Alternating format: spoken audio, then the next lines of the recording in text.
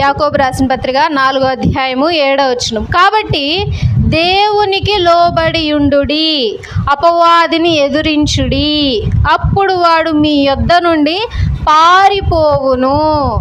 ఎప్పుడు పారిపోతాడు? దేవునికి లోబడి ఉండాలంట. దేవునికి లోబడి ఉండటం అంటే, ఇప్పుడు సపోజ్ ఎగ్జాంపుల్గా మన బిడ్డలు ఉన్నారు. మన బిడ్డలు చిన్నప్పుడు మాట అనరు, ఏదో అలరతనం బట్టి మాట అనరు. పెద్ద అయ్యాక కూడా మాట అనరు. కొంతమంది పిల్లలు గుండెలు బాదుకున్నా సరే వినరు మాట. అవునా? అస్సలు వినరు మాట పెద్ద పిల్లలు. అప్పుడు ఏమంటారు? తల్లిదండ్రులకు లోబడాలరా మీరు, లోబడకపోతే మీకే శ్రమ. ఆ విధంగా మనము కూడా ఎవరికి లోబడి ఉండాలి? దేవునికి లోబడి ఉండాలి.